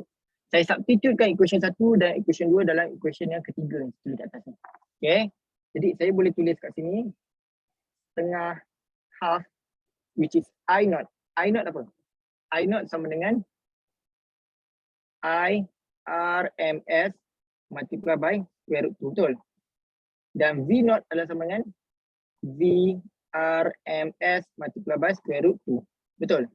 Kat sini. Okay. Jadi square root 2, okay, square root 2 darab dengan square root 2 akan jadi berapa? Square root 2 darabkan dengan square root 2 akan jadi 2. Akan jadi 2 lah. Akan jadi 2. So this one akan jadi half IRMS multiplied by VRMS multiplied by 2. Jadi kita boleh eliminate dia. Kita akan dapat IRMS multiplied by VRMS. Jadi the average power, ataupun kita boleh panggil sebagai half lah. Kan the average power, half ni adalah sebagai average lah. The average power is equal to IRMS multiplied by VRMS. Okay. Alright. So awak, ini saya cerita sebab macam mana formula tu boleh wujud. Okay. Macam mana formula-formula ni boleh terbentuk. Tetapi kalau awak nak senang, awak tak payah fikir banyak. Awak ingat ni je. Dalam question ni, epsilon sama dengan N dA omega sin omega T. Lagi apa tadi? VRMS is equal to V naught bagi square root 2. IRMS is equal to I naught bahagikan dengan square root 2. Kemudian ada apa lagi? Kemudian kita ada P. P average. Okay, P average adalah sama dengan IRMS VRMS. Dah. Ini je. Saya cerita banyak tadi, ini je yang penting. Kan? Tapi macam saya cakap lah, saya tak nak lah kita hafal saja. Okay, itu setakat awak punya sekolah bolehlah awak hafal. Tapi kat sini kita nak tengok macam mana dia boleh jadi. Okay? Macam mana equation ni boleh terhasil. Right? So, power in AC circuit. No power loss are associated with pure capacitor and pure inductance in an AC circuit. In the capacitor, during 1/2 of the cycle, energy is stored, and during the another half, the energy is returned to the circuit. And in inductor, the source does work against the back EMF of the inductor, and energy is stored in the inductor. But when the current begins to decrease in the circuit, the energy is returned to the circuit, and the average power delivered by the generator is converted to internal energy of the resistor. Okay, tak apa, to just information. Now, tadi kita cerita kepada resistor. Okay, what if dalam satu circuit kita ada AC supply? Okay, kita connectkan dengan kapasitor. Okay, ini adalah electric circuit. So, consider a circuit containing a capacitor and an AC source in series. Okay, in series, dalam keadaan susunan series, secara sesiri. So, the current start out at a large value and change the plate of the capacitor. Bermaksud, kalau kita tengok dalam konsep ni, okay, kalau AC, kejap-kejap dia akan, current akan mengalir ke anti-clockwise. Then, tiba-tiba lepas satu masa, current akan mengalir secara clockwise. Betul tak? So, kejap-kejap bahagian sini akan jadi positif. Ini akan jadi negatif. Then, lepas bila dia bertukar, apa yang berlaku? Bila current tu bertukar, kedudukan kat sini pula akan jadi negatif. Ini akan jadi positif. Okay, bermaksud itu maksud dia. The current start out at a large value and charge the plate of the capacitor. Okay, and there is initially no resistance to hinder the flow of the current while the plates are not charged. Okay, as the charge on the plate increase, the voltage across the plate increase and the current flowing in the circuit decrease. Betul tak? Tadi apa yang berlaku? Bila kalau kita dah dalam contohnya dalam konsep ni, okay, dia current ni dia mengalir macam ni. Okay, current mengalir begini secara anti-clockwise. So bahagian sini akan jadi positif. Ni akan jadi negatif. Bila dia jadi positif negatif, so satu masa bila kita against time, maknanya bahagian sini akan banyak charge. Makin lama makin banyak charge akan accumulate. So the charge on the plate increase. So maksud bilangan charge dekat plate ni akan bertambah. Bila charge dekat plate bertambah, apa yang berlaku? Okay, this is negatif. So ni positif ion. Okay. Okay, ini pula positif plate So negatif ion. Okay. Bila positif dengan negatif charge ni accumulate banyak, apa yang berlaku? Apa yang berlaku? Potential voltage across the plate increase, akan meningkat. Betul tak? Dan current yang akan mengalir dalam ni akan jadi rendah. Okay, sebab apa? Sebab V is equal to IR. Okay, then the effective resistance of a capacitor in an AC circuit is called the capacitive reactance. Maknanya kita kira berapakah resistance ataupun rintangan di dalam satu kapasitor. Yang mana rintangan untuk satu kapasitor kita panggil sebagai capacitive reactance.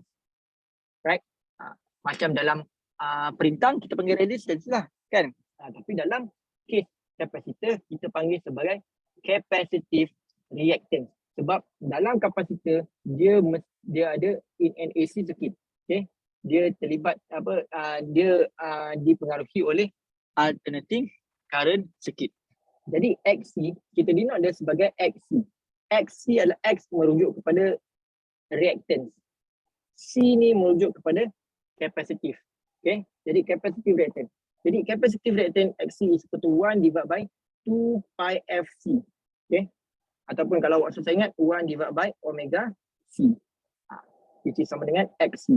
XC sama dengan 1 divided by omega C, yang mana omega is equal to 2 pi F. Alright, senang saja.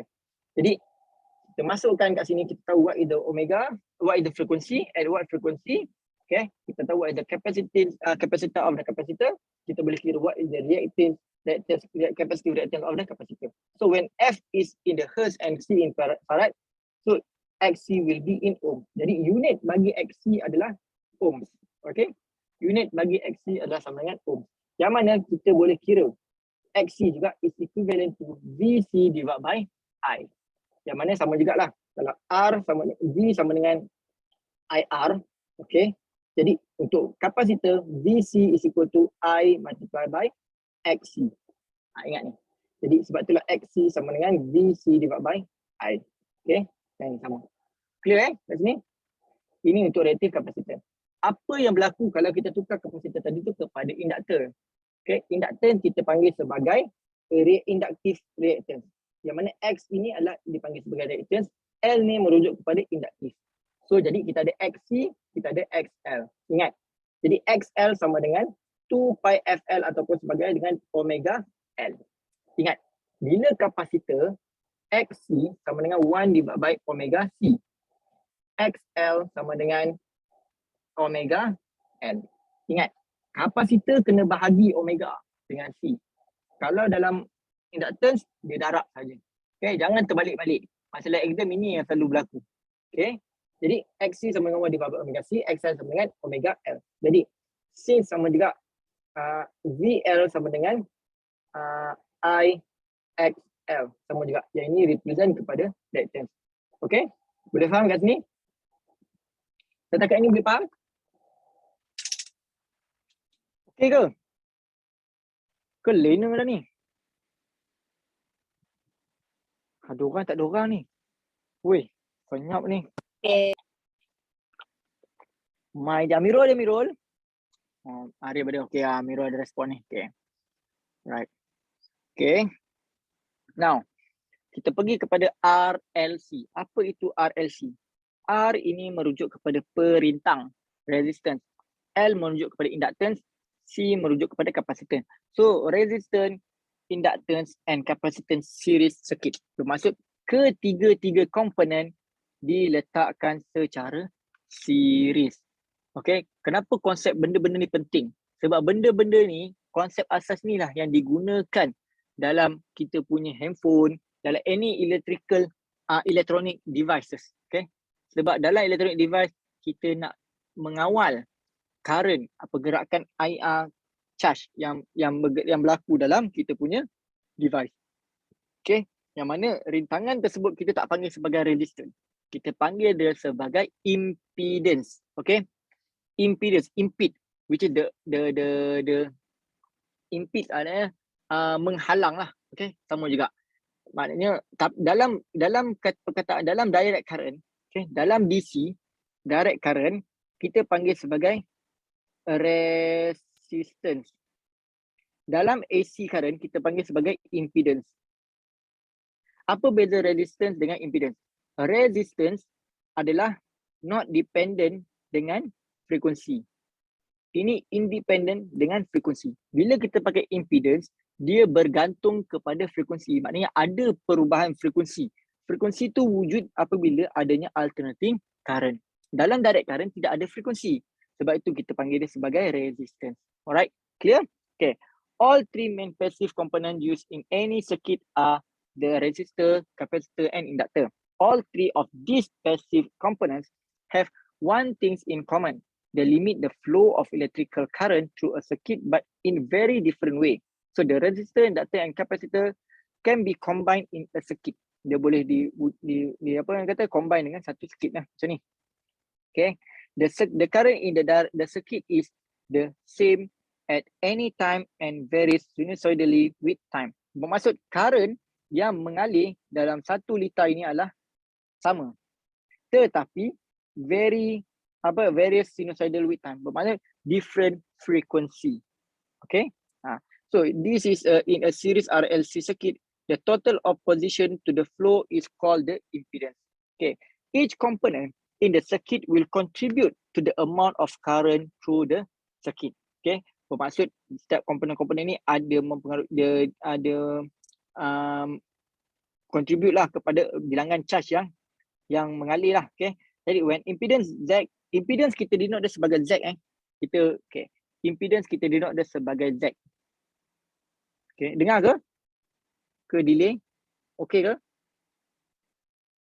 Okay. So it's at okay, when impedance ataupun kita denote sebagai Z is at maximum, the current adalah sebagai minimum. Sebab apa? Sebab V sama dengan IR. Okay. Katalah voltage kita adalah sama. Katakan voltage kita adalah 10 volt. Okay. Right. Current jadi ataupun kita tuliskan V sekali. V sama dengan IR dan V is equal to I Z. Z ni merujuk kepada resistor lah. Okay. Which is dipengaruhi oleh frekuensi alternating. Let's say voltage kita adalah 10 volt. Okay. Dan kalaulah Z kita adalah tinggi, apa yang berlaku pada current? Current akan jadi rendah supaya voltage ini akan sama. So this is what yang dimaksudkan. When the impedance is at its maximum, the current is a minimum. Jadi when Z is at its minimum, the current is at maximum. Okay, maksud betul lah. Bila impedance tu, bila resistance tinggi, current yang mengalir dalam satu device tersebut, komponen tersebut akan rendah. Kalau impedance sesuatu komponen itu rendah, current yang mengalir dalam komponen itu tinggi. Betul tak? Okay, when the magnitude of the current depends upon the frequency applied to the series RLC circuit. So ini lah, V is equal to V divided by I equal to V divided by Z.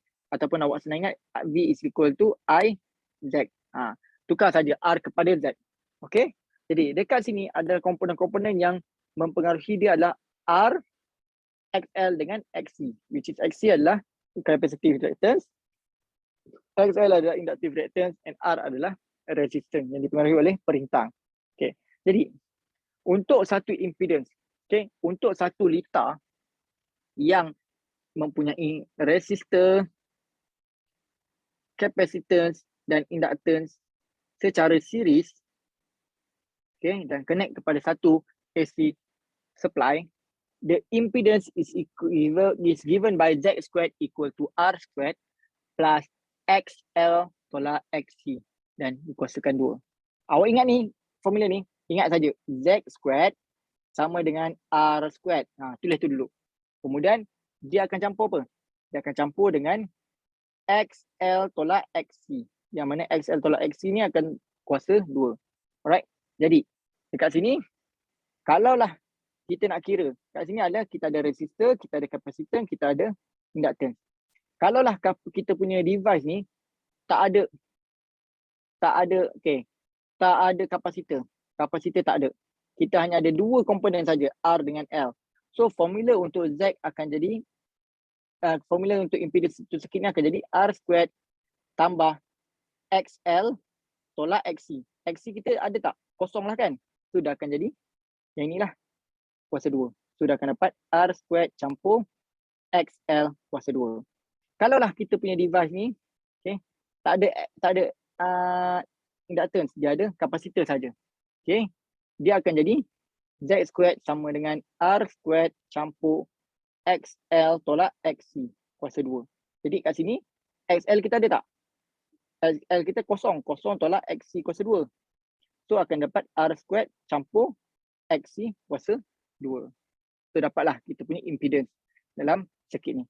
Kalaulah kita punya circuit ni tak ada resistor, ada inductance dengan kapasitor. Jadi kita akan dapat X Z squared sama dengan R squared campur XL tolak XC kuasa 2. So R akan jadi kosong campur XL tolak XC kuasa 2. So akan dapat XL tolak XC kuasa 2. Nampak tak? So pegang sahaja kepada satu equation ni dan kita boleh play around with the formula. Boleh faham tak ni? Clear? Okay. Ada soalan? Ini yang tadilah kita nak kira what is the impedance dia. Okay, yang saya cerita tadi. Boleh faham tak kat sini, dekat ni? Clear? Boleh. Okay. Now, kita masuk kepada resonance. Okay. The impedance, okay. Since impedance the impedance is given by Z squared is equal to R squared plus XL tolak XC kuasa 2. Okay. Since the impedance is minimum, okay, impedance adalah minimum apabila XL sama dengan XC. Apa maksud dia? Sebab kita tengok sini, kalaulah kita campurkan, kita tengok kat sini, Z squared adalah sama dengan R squared campur dengan XL tolak XC. Okay. Apa yang berlaku when XL sama dengan XC? Bila XL sama dengan XC, apa yang berlaku? Z squared akan sama dengan R squared. Betul tak? Sebab apa? Sebab bila XL sama dengan XC, bermaksud ini akan jadi eliminate. XL tolak dengan XC. Kosong lah. Sebab dua-dua ni value dia sama. Let's say XL ni 10. XC pun akan jadi 10. Jadi 10 tolak 10 akan jadi apa? Akan jadi kosong lah. So dia akan jadi Z squared sama dengan R squared. Bermaksud dia akan jadi, dia hanya impedance hanya dipengaruhi oleh resistance saja. Bermaksud dalam satu circuit kita ada R, kita ada C, kita ada L. Okay. Kat sini R, C, L. Okay. Kalaulah apabila C ni XC, okay, XC, okay, XC dengan XL. XC dengan XL ni sama. When XC dengan XL sama dengan XL, okay. Resistance inductive reactance capacity reactance dengan inductive reactance adalah sama. Okay. Jadi apabila XC dengan XL ni adalah sama, apa yang berlaku? Satu circuit ni impedance dia hanya dipengaruhi oleh resistor saja. Betul tak? Okay.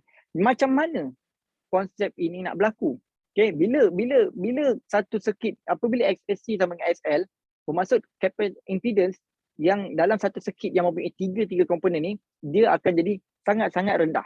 Which is dia akan hanya dipengaruhi oleh resistance saja. Macam mana konsep ini nak berlaku? Sebab XC is equal to 1 divided by omega C ataupun 1 divided by 2 pi FC. Dan XL sama dengan omega L ataupun sama dengan 2 pi FL. Okay. Jadi apabila XC sama dengan XL, macam mana kita nak dapatkan XC sama dengan XL? Kalau kita nak dapatkan XC sama dengan XL, dia mesti berlaku pada frekuensi yang sama. Sebab apa? Sebab dalam AC circuit ni yang dia contoh voltage yang dihasilkan adalah pada varied frequency, pada frekuensi yang berbeza. Sebab tadi kita kata kalau kita plot graph of V melawan T, dia sinusoidal. Sebab maknanya sinusoidal adalah pada frekuensi yang berbeza.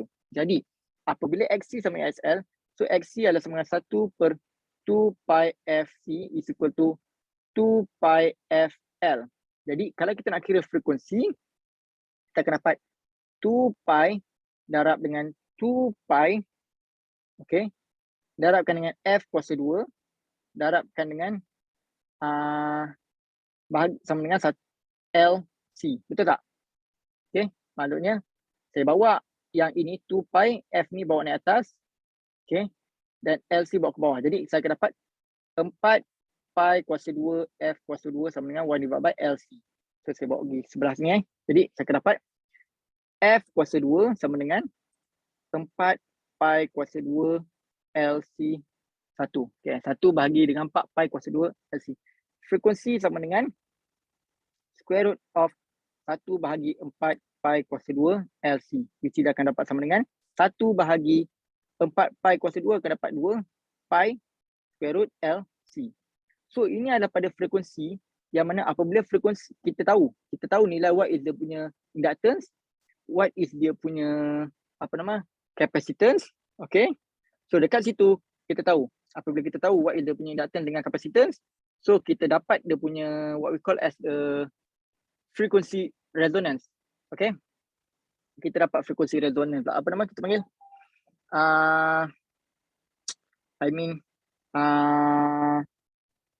What we call yalah frekuensi frekuensi ni apa kita dapatlah, kita tahu what is dia punya L, what is dia punya C, okay. Kita tahu dia punya frekuensi. So frekuensi ni kita panggil sebagai frekuensi resonance, okay.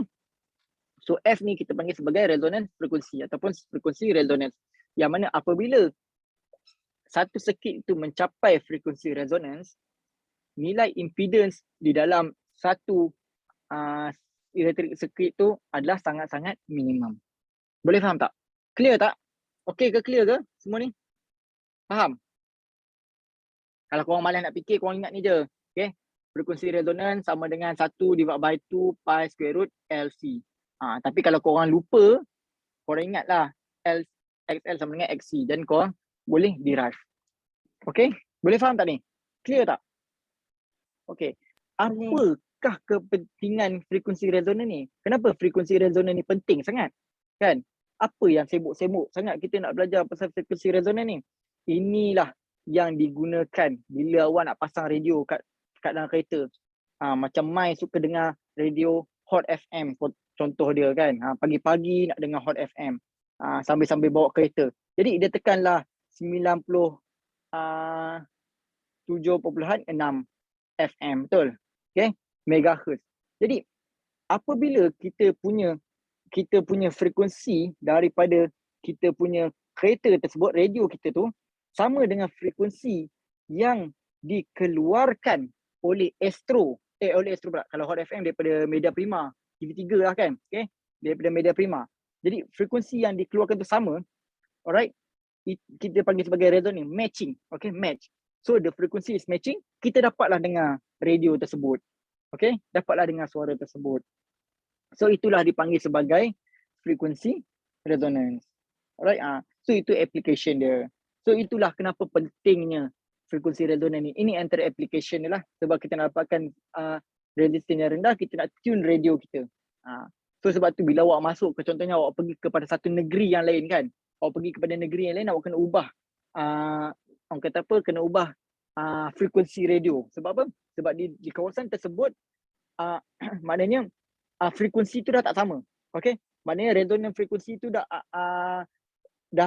berubah, berlainan. Maknanya di setiap negeri-negeri berlainan frekuensi resonance untuk satu channel radio. Jadi awak kena ubah, awak dapatkan balik supaya nilai impedance dalam radio tersebut sama dengan nilai impedance yang dikeluarkan oleh satu stesen radio. Jadi bila dah matching, dapatlah kita dengar radio tersebut. So itulah juga digunakan dalam kata apa, dalam walkie-talkie kan. Maknanya kalau kita radio polis kan, diorang tukar-tukar frekuensi. Sebab apa? Sebab nak match kan. Dan adakah ia juga digunakan di dalam kita punya telefon? Itu awak kena fikirkan. Soalan saya adalah, kita telefon orang, contohnya dekat Malaysia, okay, nombor 017 sekian-sekian lah kan. Alright. So nombor yang kita bagi itu sebenarnya adalah panjang gelombang. Okay, itu adalah panjang gelombang. Kita dial panjang gelombang sebenarnya. Kita contohnya nombor telefon My adalah panjang gelombang untuk nombor telefon My. Ain Nabiha punya telefon, nombor telefon itu adalah panjang gelombang dia. Jadi saya nak telefon orang, saya akan telefon panjang, kita pakai dial nombor telefon tu sebab itulah panjang gelombang dia. Sebab kalau dulu-dulu awak pernah dengar tak, macam awak dial telefon, awak nombor telefon orang, okay, tapi bila awak dial nombor tu, orang lain angkat. Salah nombor ni. Masa awak telefon nombor tu balik sekali lagi, awak dapat balik orang tu, awak dapatlah kawan awak tu kan. So itu berlaku kadang-kadang, bukanlah selalu berlaku, tu ada jarang-jarang berlaku lah kan, kadang-kadang lah berlaku sebab mungkin ada sedikit perubahan gelombang yang menyebabkan nombor telefon yang awak dial tu dia pergi kepada gelombang orang lain. Sebab itulah dia kata apa, orang lain yang terima panggilan awak tu. Alright. So jadi adakah konsep telefon, kita telefon orang kita dial tu berkait rapat dengan frekuensi resonans ni? Cuba kita kena fikirkan. Tapi sebab sebenarnya kita memanggil panjang gelombang. Sebab itu kalau kita sekejap saya contoh nombor telefon kalau kat Malaysia 6012 XXXXXX, betul. So 1 2 3 4 5 6 7 8 9 10 11. Dia almost pergi kepada megahertz. Betul tak? So maknanya hampir dia dah pergi kepada terahertz, gigahertz 9 kan, tu dah hampir kepada terahertz. Okay, maknanya sekarang ni di dalam range ke 11 kan, bermaksud 10 kuasa 11 lah, 11 nombor kan. So bermaksud dia dah kepada dial kepada range yang orang kata apa, giga dengan terahertz. So bermaksud nombor awak panggil tu nombor yang agak panjang. Sebab tu bila maknanya panjang gelombang yang kita panggil tu gelombang yang agak panjang lah kan, sebab dia gigahertz. Kalau gelombang yang pendek kita panggil sebagai macam X-ray kan. So X-ray tu dia punya panjang gelombang kan pendek kan, berapa meter dia. Jadi sebab tu kalau dalam masa ni dia punya panjang gelombang dia punya gelombang panjang. Sebab itulah dia pada saya dia tak bahaya kan. Dia tak bahaya lah kalau macam kata apa, kalau macam X-ray tu dia dah pendek, jadi pendek punya gelombang yang pendek akan masuk kat badan kita, dia boleh menyebabkan kita kanser kan. So kalau kita tengok, kita kaji benda-benda ni, banyak benda lah sebenarnya.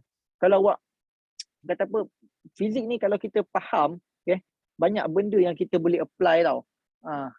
Kalau WhatsApp sama ke dengan frekuensi resonan? Mungkin juga, okay. Mesti tanya, kalau WhatsApp sama ke dengan frekuensi resonan? Sama juga. Sebab kita dial, kita hantar nombor tersebut kan. Macam email lah. Kita email pun kita email. Sebab macam pada saya, mungkin saya tak pasti. Okay, saya tak pasti. Mungkin yang ni kita kena kaji. Sebab dia mungkin WhatsApp ni dia dah sampai kepada binary. Saya tak tahulah, mungkin kepada binary code kan. Saya tak tahu, mungkin kepada binary code sebab dia dah jadi macam email. Kalau kita email orang, email tersebut akan, contoh saya email kepada Mohsin. So hanya Mohsin saja terima email tu. So saya rasa WhatsApp akan dia follow konsep macam email. Right? So saya tak pasti. Yang ni kita kena check. Kita kena buat kajian sikit. Saya pun kena buat kajian lah. Sama ada dia follow ke frekuensi resonan. Tapi saya rasa WhatsApp dia tak follow frekuensi resonan. Dia follow konsep binary. Dia pakai konsep lain lah. Alright. So banyak benda gak lah kalau kita betul-betul nak faham. Dia interesting tau. Banyak benda yang kita boleh buat. Tapi ya, fizik ni dia tak susah tau. Kadang-kadang sebab kita nak capture dia awal-awal tu agak macam lambat sikit lah. Tapi bila kita dah dapat benda tu, kita seronok lah. Banyak benda yang kita boleh kaji, okay, dengan lebih mendalam. Banyak benda yang kita boleh improve. Okay. Fizik ni dia improve the world lah. Improve dia punya, improve kita punya lifestyle. Kita dari situ lah.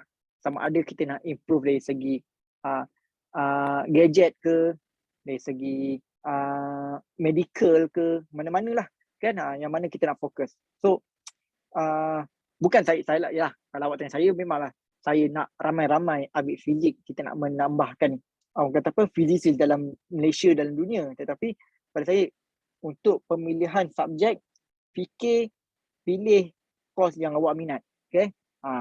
Dan pilih course yang boleh bawa, bukan boleh bawa, maknanya course yang dia boleh menjana pemikiran kita. Pada saya lah, sebab tak semestinya zaman sekarang ni dah lain. Tak semestinya awak buat course tersebut awak akan dapat kerja dengan course yang tersebut. So sekarang ni yang saya nampak adalah pendidikan dia melatih kita untuk berfikir demi masa hadapan. Kalau kita dapat kerja dengan kos yang kita dapat, yang kita belajar, itu alhamdulillah lah satu benefit kat kita.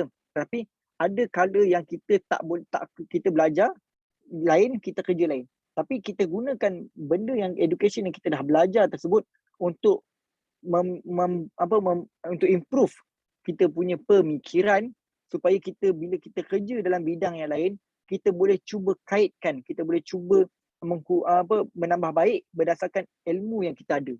Sebab itulah orang kata balik kepada asas ilmu lah. So tak kisahlah awak belajar course apa pun. Kalau macam saya minat fizik, sebab memang fizik ni dia akan generate kita punya pemikiran, macam-macam kita boleh buat. Tak semua, walaupun awak tak kerja dalam bidang fizik, awak duduk contohnya macam kawan saya ada duduk dalam bidang account pun boleh buat, tak ada masalah. Sebab dia punya pemikiran fizik ni dia nampak masa depan. Dia nampak benda yang ke depan lagi. So sebab tu kita boleh restructure and everything lah. So tapi banyak benda lah kita nak kena faham tu. Okay, tak apa. Itu saja. Okay. Dan promote fizik. Okay. Alright. So sambung kat sini. Tengok example kepada example 21.3. Okay, sikit lagi. Ada 6 lagi slide. Okay.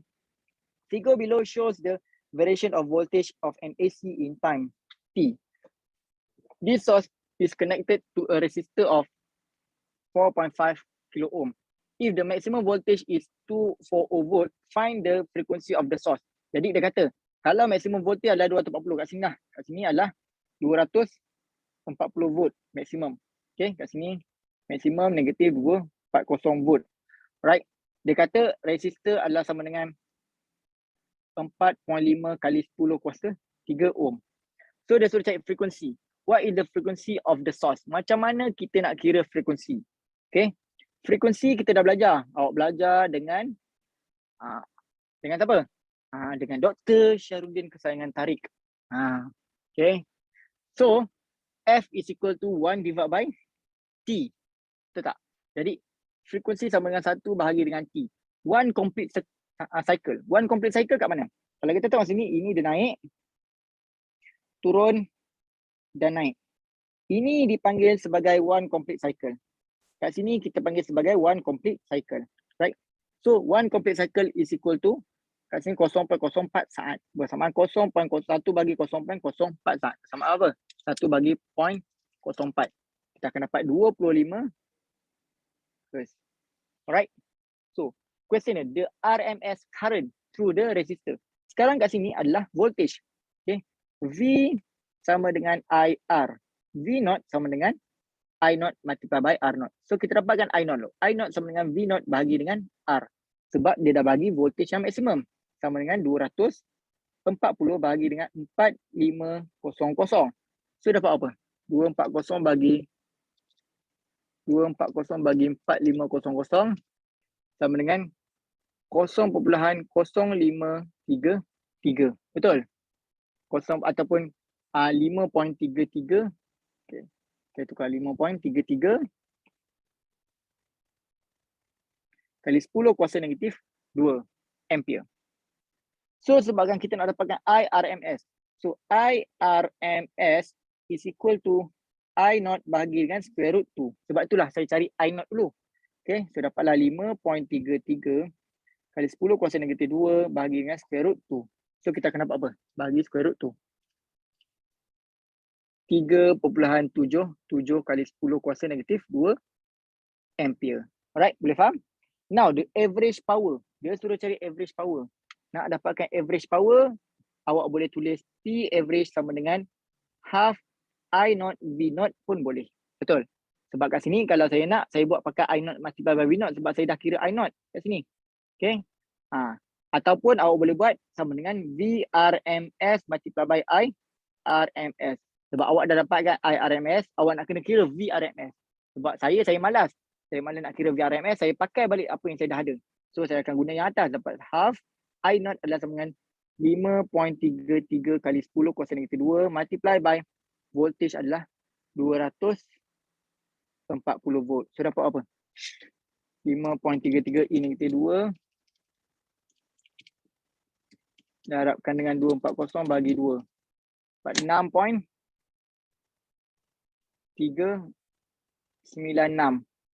joule. Alright? Ataupun 6.4 joule. Okay? Boleh faham kat sini? Clear? Ada soalan? Kat ini? Boleh? Okay. Now, the reactance of the capacitor at 110 Hz is 35 ohm. So, dia dah bagi frekuensi sama dengan 110 Hz.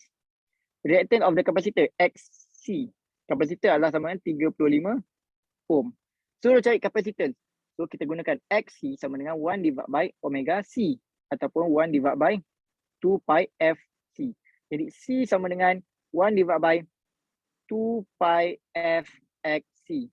So, bersamaan 1 bahagi dengan 2 pi darabkan dengan frekuensi 110 darabkan dengan XC sama dengan 35. Nampak? Simple je. Kalau keluar exam, payah awak jawab soalan ni. Tenang je. Rugi kalau awak tak buat. Okay. So, dapatlah 4.13 kali 10 kuasa negatif 5 farad. Okay. Right. Boleh faham kat sini? Ada soalan? Clear? So now, dia kata a 0.72 Henry, L sama dengan 0.72 Henry inductor connected to the terminal of 50 Hz.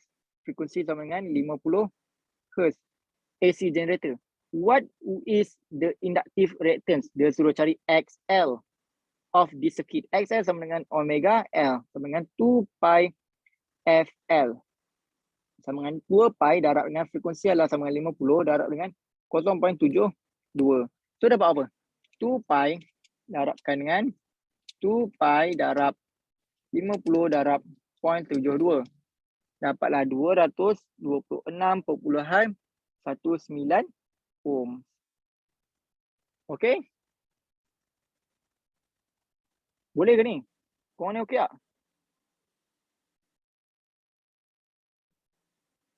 Okay, alright. Now, tengok example ni. Okay. An AC with VRMS of 20 volt. Okay, dia bagi VRMS sama dengan 20 volt. So VRMS sama dengan 20 volt. Okay, frekuensi sama dengan 100 Hz. Is connected to in series to a 20 ohm resistor. R sama dengan 20 ohm dan inductance sama dengan 60 millihenry dan kapasitor sama dengan 30 microfarad. Bermaksud macam ni. Circuit tu jadi macam ni. Ini ada resistor, kapasitor, inductance. Okay. Ini adalah voltage RCL. Macam ni lah circuit dia. Okay. Right. So dia suruh cari calculate the total impedance. Macam mana kita nak kira total impedance? Sekarang ni ada tiga circuit. Balik kepada konsep Z squared sama dengan R squared campur XL tolak XC kuasa 2. Jangan tersalah. Jangan tersalah pula. Jangan terbuat XL kuasa 2 tolak XC kuasa 2. Okay, tak sama So, jadi kita masukkan value. 20 ohm kuasa 2 campurkan dengan XL adalah sama dengan XL tak ada lagi. So, kena kira XL. What is XL? XL sama dengan 2 pi FL bersamaan 2 pi darab dengan 100 darab dengan L. L adalah 60 mili. So, dapat apa? 100 darab dengan 60 E-3 darabkan dengan 2 pi. Dapatlah 37.7